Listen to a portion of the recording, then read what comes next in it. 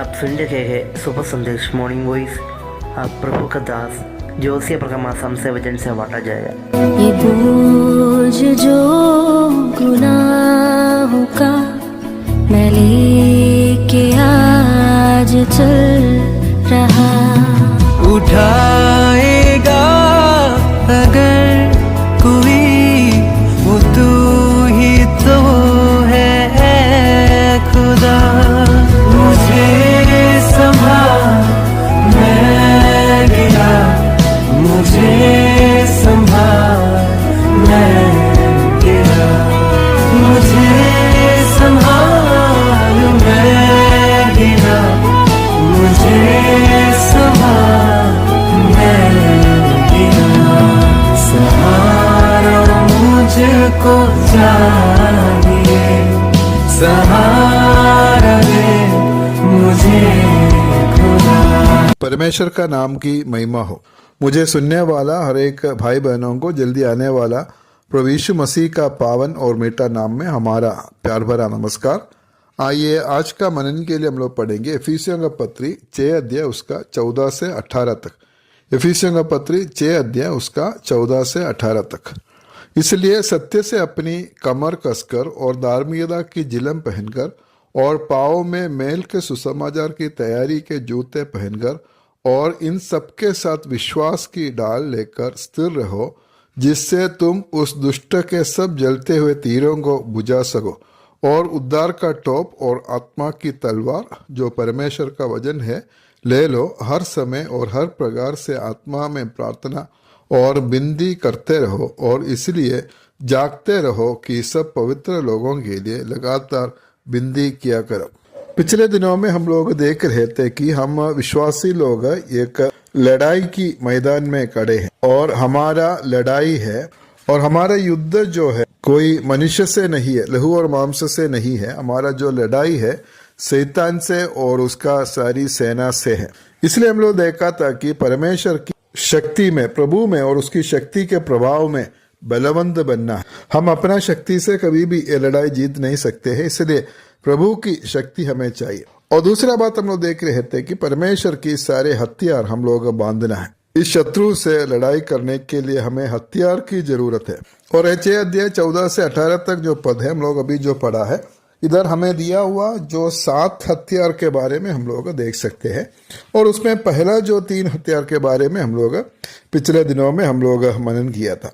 वो क्या क्या हथियार है हम लोग देखा था कि सत्य से अपनी कमर कसना और धार्मिकता की जिलम पहनकर और पाँव में मेल के सुसमाचार की तैयारी के जूते पहनकर, उसके बारे में हम लोग देख लिया था, इसलिए उसमें मैं वापस जाना नहीं चाहते। और अगले जो हथियार है हम लोग उसका 16 पद में हम लोग पढ़ते हैं, और इन सबके साथ विश्वास की ढाल लेकर स्थिर रहो, जिससे तुम उस दुष्ट के सब जलते हुए तीरों को बुझा सको। जो चौथा जो हथियार जो है वो है ढाल है। और वो ढाल क्या है? वो है विश्वास। विश्वास की ढाल लेकर स्थिर रहो। हम लोग पिछले दिनों में हम लोग देख रहा था जब पौलुस से लिखता है तब पौलुस जो है बंदीगृह में, जेल में है, और पौलुस के साथ में हमेशा एक रोमन सैनिक है। एक रोमी सैनिक जो है उनका ढाल जो है वो रेक्टेंगुलर जो शेप का है और वो काठ से बना हुआ है और चमड़ा से ढका हुआ है, और वो 2.5 फीट जो है चौड़ा है और 4 फीट लंबा है। इसलिए ऐसा एक ढाल से उसको अपना सारा शरीर को बचा सकता है। और हमारे इस आत्मिक लड़ाई में जो विश्वास है इस ढाल के तरह हमें रक्षा करते हैं। इसलिए हर एक विश्वासी विश्वास में जो मजबूत होना बहुत जरूरी है। उसके बाद जो अगला जो हथियार है हम लोग उसका 17 पद में पढ़ते हैं। उधर ऐसे पढ़ते हैं, और उद्धार का टोप, हेलमेट ऑफ सैल्वेशन। एक फौजी के लिए, एक सैनिक के लिए जो है हेलमेट या टोप का बहुत जरूरी है, और टोप है उद्धार। थिस्सलुनीकियों का पहला पत्र उसका 5 अध्याय उसका 8 पद में हम ऐसे पढ़ता है, पर हम जो दिन के हैं विश्वास और प्रेम की जिलम पहनकर और उद्धार की आशा का टोप पहनकर सावधान रहो। उद्धार की आशा का टोप पहनना, उद्धार की निश्चयता सब विश्वासी को होना बहुत जरूरी है। बहुत सारा मसीही लोग हैं, उनका उद्धार के बारे में उसको कुछ पता नहीं है। ऐसा तो गिरजा जाता है और बाइबल पढ़ते हैं, प्रार्थना करते हैं और गिरजा का सब नियम जो करते हैं, लेकिन उद्धार के बारे में कोई निश्चयता नहीं है। सब लोग मानते हैं कि पापियों का उद्धार करने के लिए प्रभु यीशु मसीह इस दुनिया में आया, लेकिन उस प्रभु यीशु मसीह से उद्धार हुआ कि नहीं ये बात को इतना पक्का नहीं, लेकिन उद्धार की निश्चयता होना बहुत जरूरी है। उद्धार का एक दिन हमारा जीवन में होना बहुत जरूरी है। रोमियो का पत्री 8 का 16 पद में हम लोग पढ़ते हैं, आत्मा आप भी हमारे आत्मा के साथ गवाही देता है कि हम परमेश्वर की संतान है। पवित्र आत्मा हमारे आत्मा से जो मनुष्य का आत्मा से गवाही देता है कि हम परमेश्वर की संतान। अगर ये गवाही हम लोग सुन नहीं पाता है तो हमारा उद्धार में कुछ समस्या है और उस उद्धार की निश्चयता में आना बहुत जरूरी है। उसके बाद जो छठवां जो हथियार है, हम लोग 17 पद में हम लोग आगे पढ़ता है, वो है आत्मा का तलवार। और आत्मा का तलवार क्या है बोलकर हम लोग देख सकता है, जो परमेश्वर का वचन है। अभी तक जितना हथियार का बात पौलुस कर रहा है, वो सारा हथियार जो है जो शत्रु का आक्रमण को रोकने के लिए या अपने आप को बचाने के लिए है। लेकिन ये जो तलवार वो एक जो हथियार है वो आक्रमण करने के लिए। और इस आत्मिक लड़ाई में हमें दिया हुआ जो आत्मा का तलवार जो है वो है परमेश्वर का वचन है।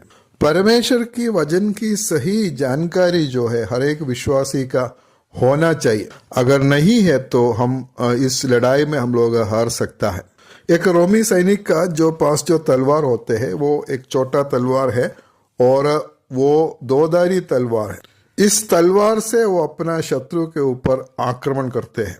हमें जानते हैं मत्ती सुसमाचार 4 अध्याय में प्रभु यीशु मसीह की परीक्षा हम लोग देख सकते हैं। शैतान प्रभु यीशु मसीह की परीक्षा करते हैं और उस परीक्षा के समय में जो है प्रभु यीशु मसीह इस तलवार का मतलब प्रभु का वचन का वो सही इस्तेमाल करते हैं। पहले शैतान उसके पास में आकर प्रभु यीशु मसीह से कहा, यदि तू परमेश्वर का पुत्र है तो कह दे कि ये पत्थर रोटियां बनाए।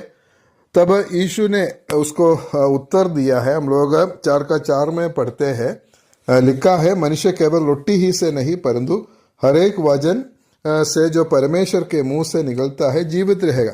मतलब प्रभु यीशु मसीह वचन का जो इस्तेमाल किया है उस परीक्षा के समय में उन्होंने जो वचन उन्होंने बोला है। उसके बाद में दूसरा जब परीक्षा हुआ है, दूसरा परीक्षा में हम लोग 6 पद में शैतान उसका दूसरा परीक्षा करते हैं, यदि तू परमेश्वर का पुत्र है तो अपने आप को नीचे गिरा दे।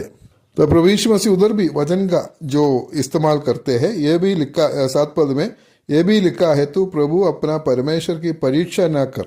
इसलिए इस आत्मिक लड़ाई में हमें अगर जीतना है तो हम वचन से हम लोग परिचित होना जरूरी है। एक विश्वासी उसका जीवन में उस वचन को वो उनका जीवन में स्थान देता है और उसमें मगन रहता है और रात दिन उसको मनन करता रहता है और वचन समझने के लिए और सीखने के लिए, सिर्फ उतना नहीं अपना जीवन में लागू करने के लिए वो हमेशा सोचते हैं, कोशिश करते हैं।